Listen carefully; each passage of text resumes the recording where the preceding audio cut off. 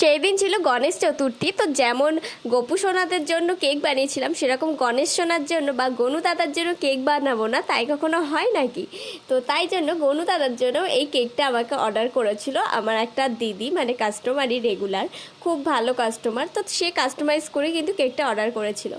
তো দেখো, ছোটোবেলার এই বাল গণেশের কথা কার কার মনে আছে? তোমরা কারা কারা টিভিতে এই বাল গণেশ সিনেমাটা দেখেছো অবশ্যই জানিও। দেখো মাউসগুলো আমার এত ভালো লাগছিল কি বলবো।